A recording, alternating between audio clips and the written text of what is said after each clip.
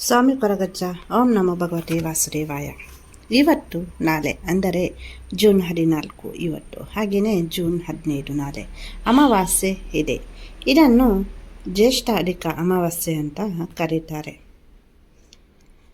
ಈ ಅಮಾವಾಸ್ಯೆ ತುಂಬ ಶ್ರೇಷ್ಠವಾದದ್ದು.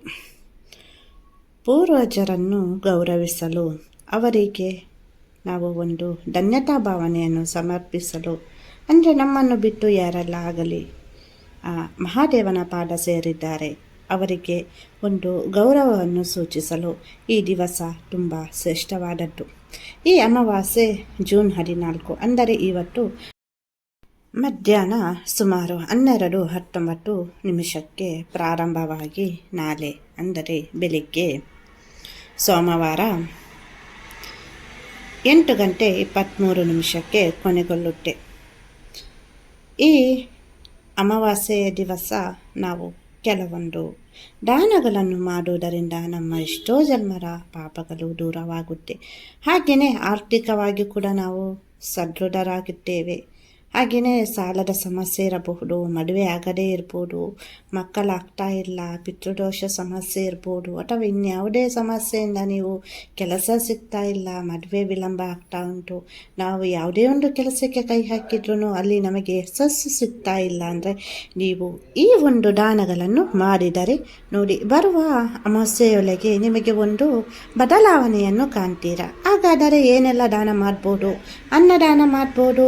ಅನ್ನದಾನ ಶ್ರೇಷ್ಠ ದಾನ. ದಾನಗಳಲ್ಲೇ ಅತ್ಯಂತ ಶ್ರೇಷ್ಠ ದಾನ ಅನ್ನದಾನ, ವಿದ್ಯಾದಾನ. ಆದರೆ ಈ ಅಮಾವಾಸ್ಯೆ ದಿವಸ ನೀವು ಅನ್ನದಾನವನ್ನು ಮಾಡಬಹುದು. ಹಾಗೆಯೇ ಬಟ್ಟೆ ದಾನ, ಹಾಗೆಯೇ ಹಣವನ್ನು ಕೂಡ ದಾನವಾಗಿ ನೀಡಬಹುದು. ಹಾಗೆಯೇ ಧಾನ್ಯಗಳಲ್ಲಿ ಯಾವ ಧಾನ್ಯವನ್ನು ಮಾಡಬಹುದು ಅಂತ ನೋಡೋದಾದರೆ ಗೋಧಿ ಇರ್ಬೋದು, ದವಸ ಧಾನ್ಯ ಇರ್ಬೋದು, ಅಥವಾ ಹಣವನ್ನು ಕೂಡ ದಾನವಾಗಿ ನೀಡಬಹುದು.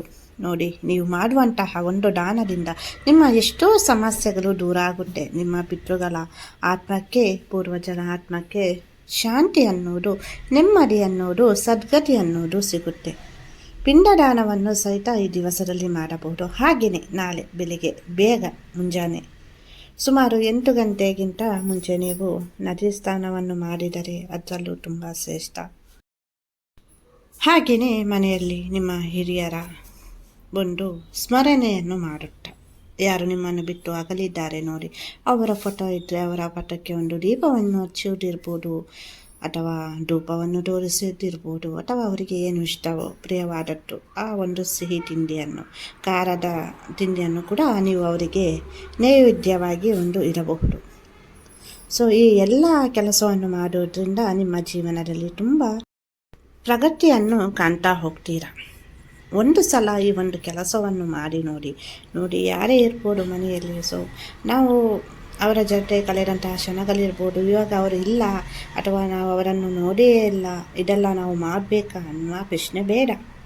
ಒಂದು ಸಲ ಪ್ರಯತ್ನವನ್ನು ಮಾಡಿ ನೋಡಿ, ತುಂಬ ಒಳ್ಳೆಯದಾಗುತ್ತೆ. ನೀವೇ ಮತ್ತೆ ಮುಂದಿನ ಬಾರಿ ನನ್ನ ಜೊತೆ ಇದರಲ್ಲಿ ವಿಡಿಯೋದಲ್ಲಿ ಶೇರ್ ಮಾಡ್ತೀರಾ, ಹೌದು ಅಕ್ಕ ನಮಗೆ ಒಳ್ಳೆಯದಾಗಿದೆ. ಸೊ ಪಿತೃಗಳ ಒಂದು ಪೂಜೆಯನ್ನು ಮಾಡೋದ್ರಿಂದ ಅಥವಾ ಅವರಿಗೆ ಒಂದು ಇಷ್ಟವಾಗುವ ಥರ ನಾವು ನಡೆದುಕೊಳ್ಳುವುದರಿಂದ ಮತ್ತು ಈ ಅಮಾವಾಸ್ಯೆಯ ದಿವಸಗಳಲ್ಲಿ ಜಗಳ ಮಾಡಬಾರ್ದು, ಮನಸ್ತಾಪಗಳಿಂದ ದೂರ ಇರಬೇಕು.